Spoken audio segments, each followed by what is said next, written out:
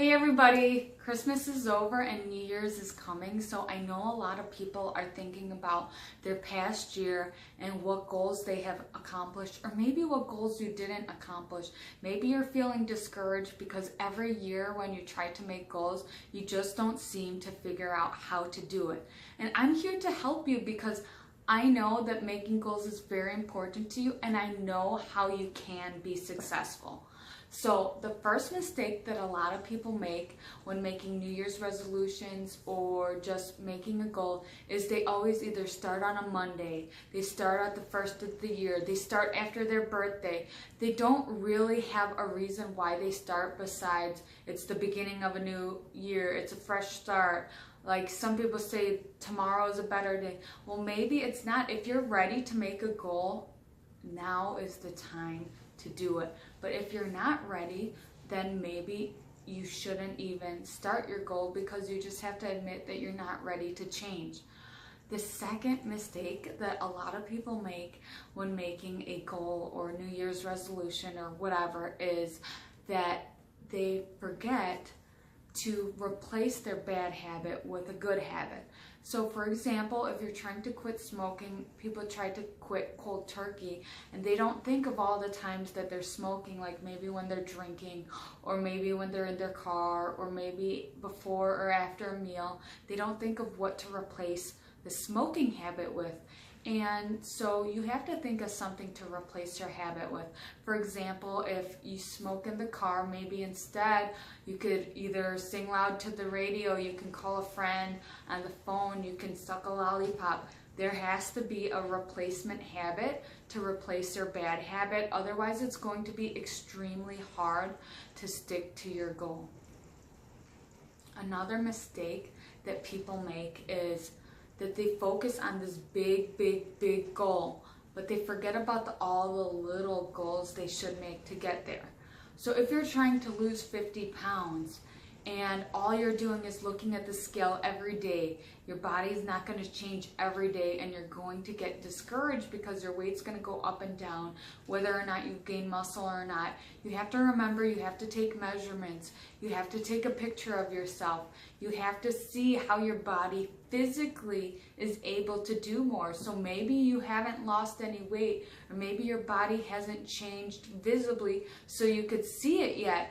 But if you're able to run farther or do more push-ups or just not get as exhausted as easily, you have to take that into account as one of your small goals that you have reached.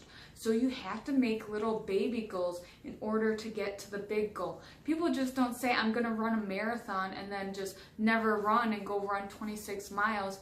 They maybe run a 5K, they maybe start running 10 miles, 20 miles, eventually they get to the 26 miles. You don't just do it.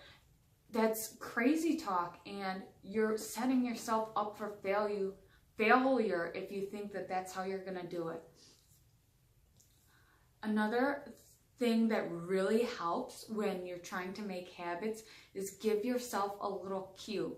So say you want to start working out or going to the gym or whatever it is, or start running in the mornings. You put a pair of gym shoes next to your bed so you see it and you visibly see that cue that, oh, I'm supposed to go running now, or oh, whatever, or put your gym clothes in your car in the trunk, or you drive by the gym on your way back from work so you don't skip the gym. So you, as soon as you see the gym, you're like, oh, I gotta go to the gym.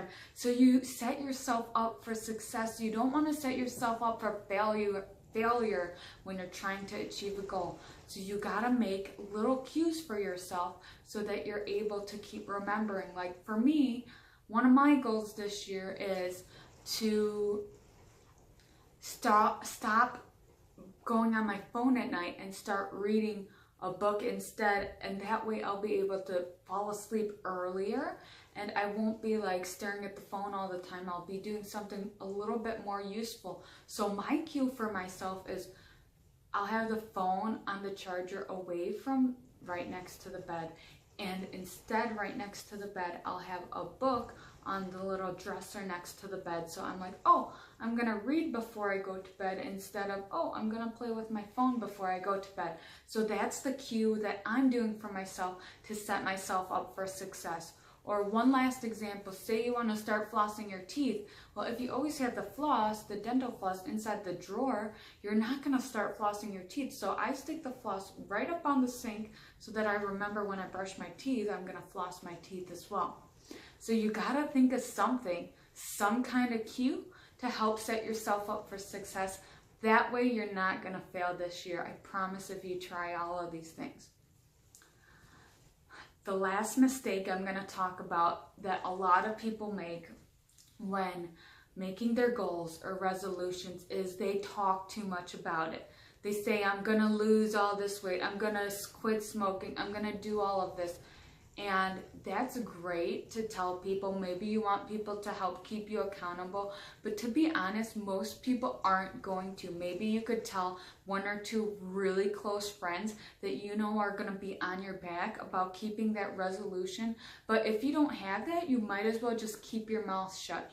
The reason is, when you start telling people about your goals and when you start verbalizing it, you're already getting the reward from people, or, oh wow, you're gonna do that, oh wow, so that you don't have any more incentive to reach the goal, because they already gave you that pat on the back and you didn't even achieve your goal yet. So please keep your mouth shut, except for maybe a really close friend that's gonna get on your back about sticking to your goal. If you guys have any more questions on how to stick to your New Year's resolutions, or just a goal that you have in mind, please feel free to ask me, comment below, or message me. I would really love helping you. Thank you so much for watching. I really appreciate it. Have a great New Year. Bye.